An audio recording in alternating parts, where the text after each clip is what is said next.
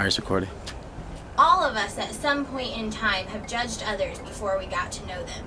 But once we did get to know them, we actually found out we had a lot in common with them and that they could actually be really good friends of ours.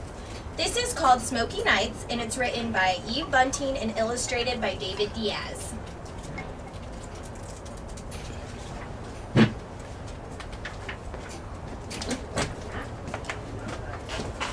Mama and I stand well back from our window, looking down. I'm holding Jasmine, my cat. We don't have our lights on, though it's almost dark. People are rioting in the street below. Mama explains about rioting. It can happen when people get angry. They want to smash and destroy. They don't care anymore what's right and what's wrong. Below us, they are smashing everything. Windows, cars, street lights. After a while, it's like a game, Mama says. Two boys are carrying a TV from Morton's Appliances. It's hard for them because the TV is so heavy. Are they stealing it, I ask? Mama nods. Someone breaks the window of Fashion Shoes. Two women and a man climb in through the broken glass. They toss out shoes like they're throwing footballs. I've never heard anybody laugh the way they laugh. Smoke drifts, light as fog. I see the distant flicker of flames. Across the street from us, people are dragging cartons of cereal and sacks of rice from Kim's Market. My mama and I don't go in Mrs. Kim's Market, even though it's close. Mama says it's better if we buy from our own people. Mrs. Kim's cat and my cat fight all the time, and Mrs. Kim yells at Jasmine in words I can't understand. She's yelling the same kind of words now at people who are stealing her stuff. They pay no attention. I move behind Mama. Will they come here? There's nothing for them here, Daniel. See? They finished with our street. They're moving on. Our street is emptying. One last man is staggering under a pile of clothes he's taken from the dry cleaners. The plastic bags are still over them. We'll sleep together tonight, Mama tells me. She makes me wash my face and brush my teeth. I'm to take off my shoes but leave on my clothes. She puts me next to the wall. I hold Jasmine. I can't sleep, I say. Shh, Mama whispers. Close your eyes. I do. I guess I slept. Next thing I know, Mama is shaking me. Quick, Daniel, get up! There's a terrible smell of smoke. Someone's pounding on our apartment door. Fire! Fire! I'm suddenly awake. Where's Jasmine? I run to the closet. Sometimes Jasmine sleeps on a shelf. Mama's screaming at me. We can't wait! Jasmine's gone! Put on your shoes! Hurry! We rush down the stairs. Others crowd around us. The smoke makes me cough. Mr. Ramirez is in front of us, carrying Lisa and the baby, who are both howling. Those people are hooligans, he shouts over his shoulder. Hooligans! Mrs. Ramirez is ahead of him. She's holding the cage with Loco, their parrot.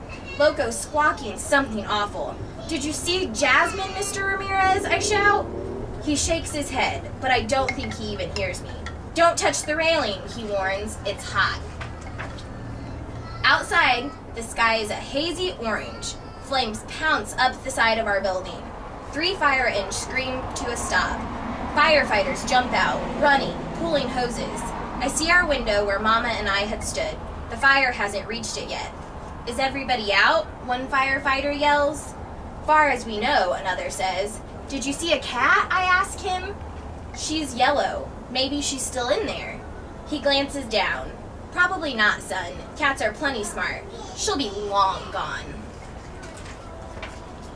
A lady comes up to us.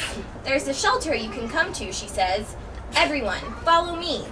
I'm crying because I'm not sure Jasmine is all that smart. What if she's still inside? Some of the streetlights have been smashed. We walk along the sidewalk, which sparkles with broken glass. There are empty cartons everywhere. A street sign lies crumpled in the gutter. I grab hold of Mama because I think I see a dead man with no arms lying there too. But it's just one of those plastic people that show off clothes in department stores. The lady looks back at Mrs. Kim, who is trailing along behind us. Are you all right? She calls. Mrs. Kim nods.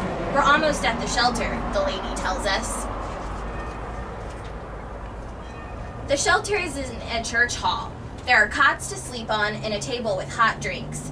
2 men are making sandwiches. I've never seen a bigger jar of mayo. We see people from our building. They're talking about who did this. What will happen to us? It's a sad, sad night, Mr. Jackson says. I ask him about Jasmine. He says he's pretty sure he saw her. She got out, Daniel, he tells me. I hope he's not just trying to make me feel better. Did you see my cat? Mrs. Kim asks. He is orange. He's the color of carrots, I say, and I almost add, and he's fat and mean, but I don't. A girl gives me a mug of hot chocolate. I wish it had more sugar. When I finish drinking it, Mama says I should lie down. She's always making me lie down.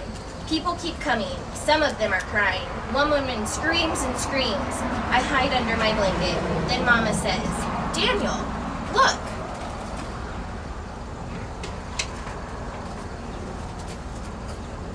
And there is the firefighter who was at our building. He is standing in the open door with the smoky night behind him. And I see that he's carrying a cat under each arm. That was how Mr. Ramirez carried Lisa and the baby. The cats are howling too. Jasmine! The blanket's caught on my foot and I'm trailing it. Oh, thank you for finding her. The other cat is mine, Mrs. Kim. Mrs. Kim takes her big, fat, mean, old orange cat and holds him close. I'm kissing Jasmine. She smells of smoke. Where was she? I asked the firefighter. The 2 of them were under the stairs, howling and screeching, he says. He takes a mug of hot chocolate. I like him so much. I wish I had a whole barrel of sugar for his drink. The cats were together, Mrs. Kim asks. The firefighter nods. They were so scared they were holding paws. I grin. No, they weren't. What about our building, Mr. Ramirez asks. The fire's out. You'll be able to go back in a day or 2. A woman puts down a dish of milk. Here, kitty kitty, she calls. Jasmine jumps out of my arms and Mrs. Kim puts her carrot-colored cat down too. The cats drink from the same dish. Milk isn't that good for cats, but I don't say that either. Look at that! Mama is all amazed. I thought those 2 didn't like each other. They probably didn't know each other before, I explain. Now they do. Everybody looks at me, and it's suddenly very quiet. Did I say something wrong? I whisper to Mama. No, Daniel. Mama's tugging at her fingers the way she does when she's nervous. My name is Jenna, she tells Mrs. Kim. Perhaps when things settle down, you and your cat will come over and share a dish of milk with us. I think that's pretty funny, but nobody laughs. Mrs. Kim picks up her cat and strokes him. She's staring at the wall. Maybe she's not going to say anything. But then she looks across at Mama. Thank you, she says. We will come. Mama smiles. I reach out and stroke Mrs. Kim, big old orange cat too. Can you hear him, Mrs. Kim? I ask. He's purring. The end. Awesome. Okay, you can.